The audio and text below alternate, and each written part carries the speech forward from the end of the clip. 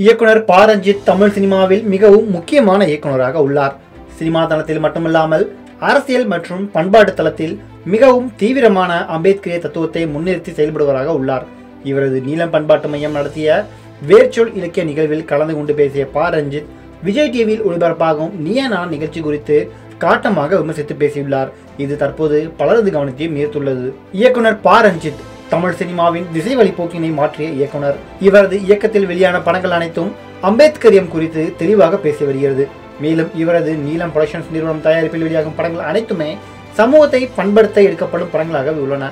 மேலும் பலரும் கையாள நினைக்கிற சப்ஜெக்டுகளை படமாக எடுத்து தமிழ் சினிமாவின் தன்மையை மாற்றிக்கொண்டுள்ளார் ப. ரஞ்சித். இவரது இயக்கத்திலோ தயாரிப்பிலோ ஒரு படம் வெளியாகிறது என்றால் அந்த படங்கள் அம்பேத்கர் முன்னிறுத்திய அரசியல் தத்துவங்களில் எதை பேசுகிறது என்பது பரவலாக கவனிக்கப்படுகிறது. தங்கலான் படத்தில் அம்பேத்கர் ஏற்றுக்கொண்ட பௌத்தத்தையும் நாகர்கள் குறித்தும் படமாக்கியது அரசியல் தளத்திலும் இலக்கிய தளத்திலும் கவனிக்கப்பட்டது. இவரது நீலம் பண்பாட்டு மையம் ஒருங்கிணைந்த வேர்ச்சொல் தலித் இலக்கிய கூடுகை நிகழ்ச்சியில் ப. ரஞ்சித் பேசியது தற்போது பலரது கவனத்தை ஈர்த்துள்ளது. அந்த நிகழ்வில் இயக்குனர் ப. ரஞ்சித் பேசுகையில், KGF படம் வெளியான பின்னர் ஒருவர் பேசுகிறார், தமிழ் சினிமாவில் நசுக்கப்பட்டோம் பிதுக்கப்பட்டோம் என்று கூறி ஒரு படம் எடுத்து தமிழ் சினிமாவை கெடுத்து விட்டார்கள் என கூறுகிறார். நாங்கள் 6 ஆண்கள் படம் எடுத்ததில் ஒட்டுமொத்த தமிழ் சினிமாவையும் நாங்கள் கெடுத்து விட்டோம் என கூறுகிறார்கள்.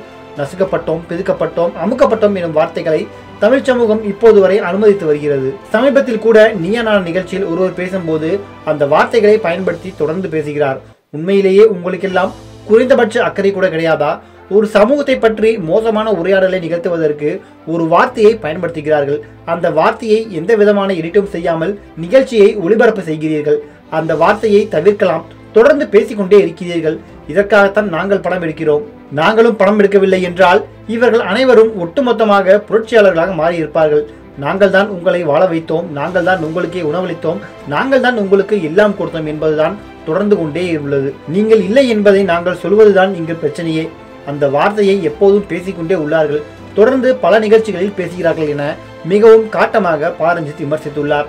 அவரது இந்த பேச்சு தற்போது இணையத்தில் வேகமாக பரவி வருகிறது.